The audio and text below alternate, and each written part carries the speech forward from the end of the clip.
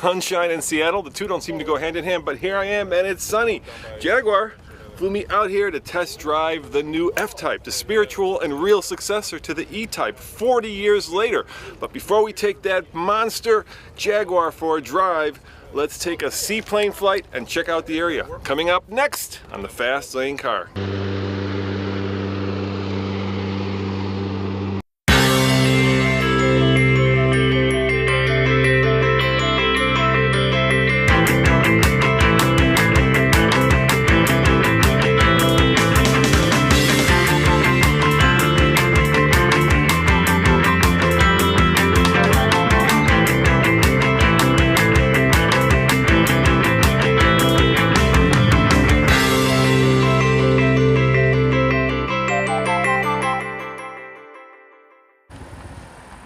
All right, this needs to be said. I am not working for Jaguar. I'm just wearing the hat because I've got, well, a convertible and I've got bad hair day going on. So that's why I've got the hat.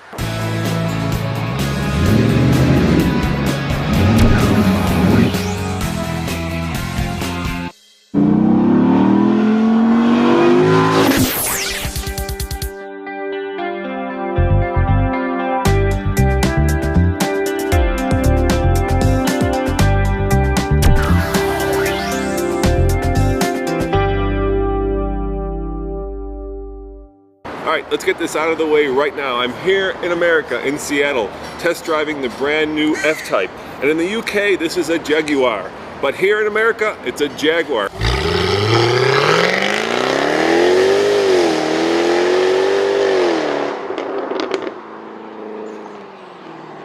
Is your heart pounding?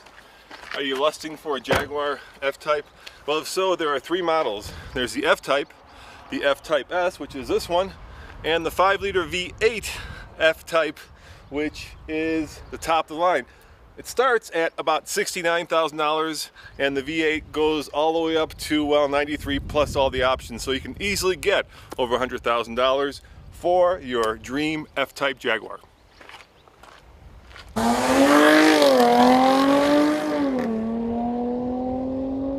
We took the decision to take the grille shape and style from today's XJ and XF saloons because we're working hard to build a strong visual identity for Jaguar cars, and we thought it was more important that the front end of F-Type related to our current production saloons than perhaps what was expected by some, which was to take the oval mouth from today's XK and obviously the E-Type before it.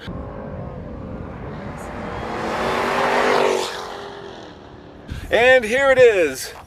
The supercharged 495 horsepower monster that lies underneath the Jaguar. But because it's all covered, you can't see a lot. And it's so tightly packaged that I would hate to be a mechanic to work on this beast.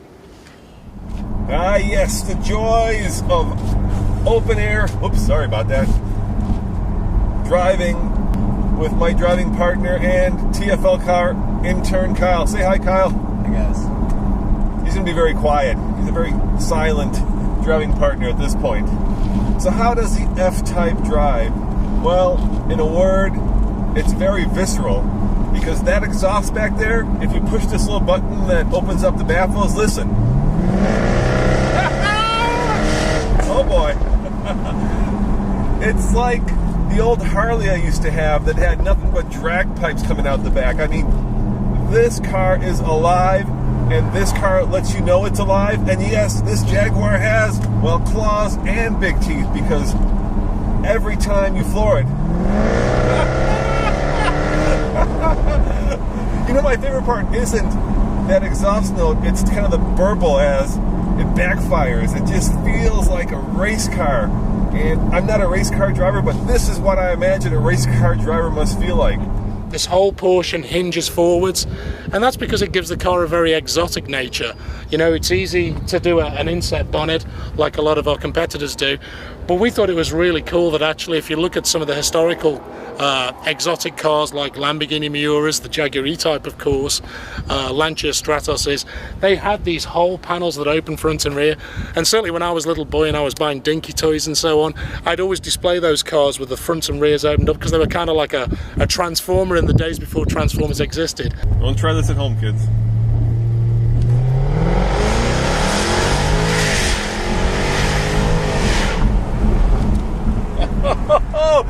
definitely got a little bit of tunnel vision there, which means it is fast, really fast.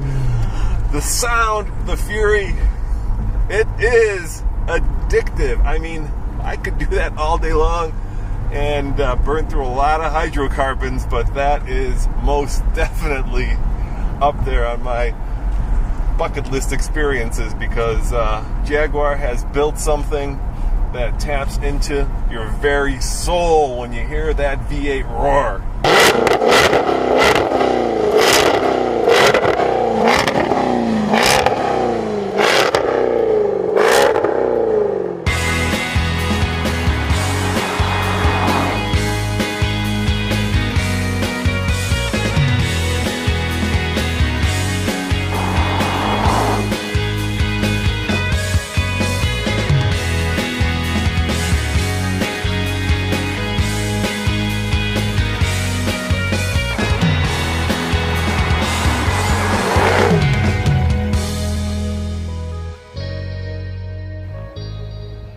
Now, Jaguar will tell you that this classic design language, you know, long front nose, short overhang, is shrink wrap. What does that mean? Well, it means that under this power bulge, there's not a lot of room for the engine. Just millimeters. Over here where the wheels are, not a lot of room. So the car's contours follow the mechanics of the car, giving it that kind of powerful, muscular, in-your-face stance that, well, I think is absolutely gorgeous.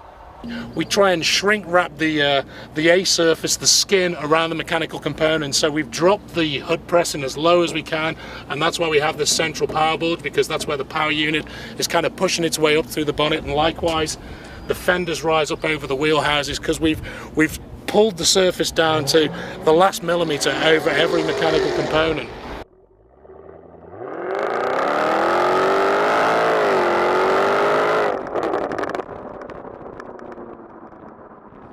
Now, this Firestone Orange F-Type is $104,000, and that's because it's got the V8 under the hood. Over here, this is the V6, and you can tell that because it's got 2 exhausts versus 4 exhausts. Now, this one is $98,000. It's because it's all in the options. Go figure.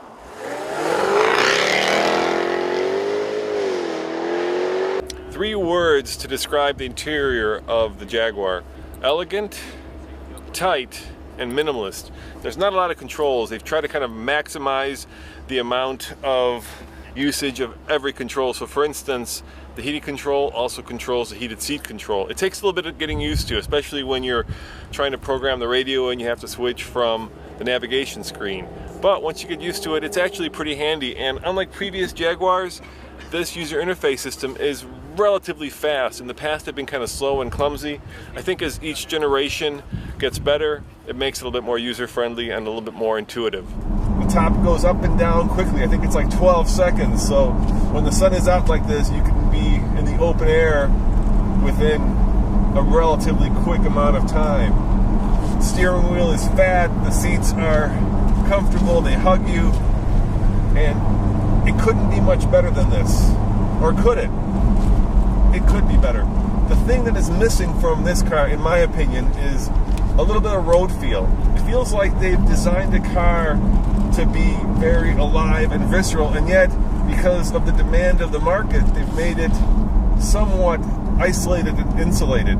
I feel like I don't feel the road. I wish there was more road feel. I want to sense what that road is doing coming up right through the steering wheel, but I don't get that feeling. What I get is a feeling of a very mature and very well-dampened car, and that's great, but with that exhaust note,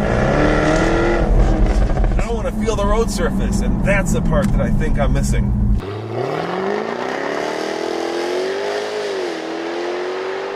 Alright, here's the very impromptu 0 to 60 in the new F-Type. Here we go. On a wheel spin. That was 5.66. Now I bet you could do a lot faster than that, but I got a lot of wheel spin there. So let me put it in race mode, turn the car around, and try it again, because all I got there was wheel spin.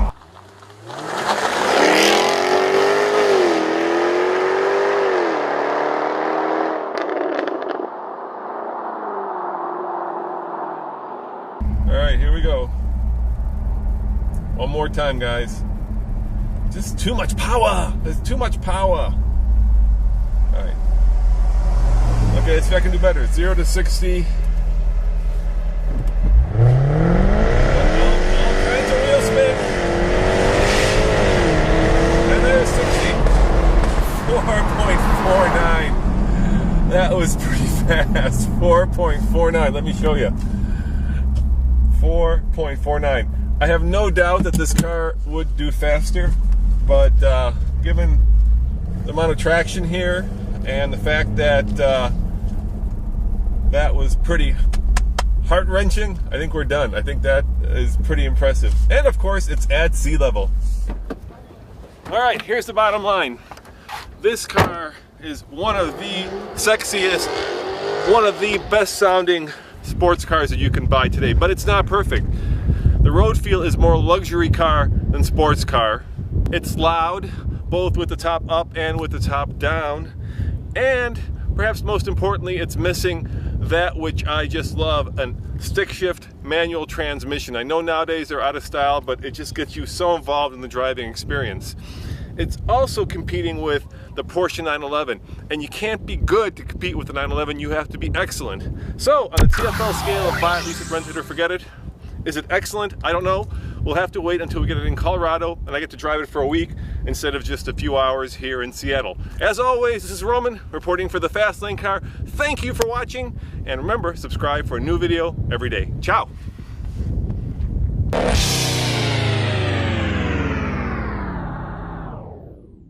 Welcome to another episode of the Fast Lane Car, and today I have the very great pleasure of having Wayne Burgess here, who is not only a heavy metal rocker, right? Scattering Ashes? Yeah, that's true. That's your band? Yes. But also design director of the Production studio director, yes. Production studio director for Jaguar and the new F-Type. So Wayne, would you walk us through the design of this car? I know your heart and soul went into it. It's absolutely stunning, and I can't wait for you to tell us about what inspired you.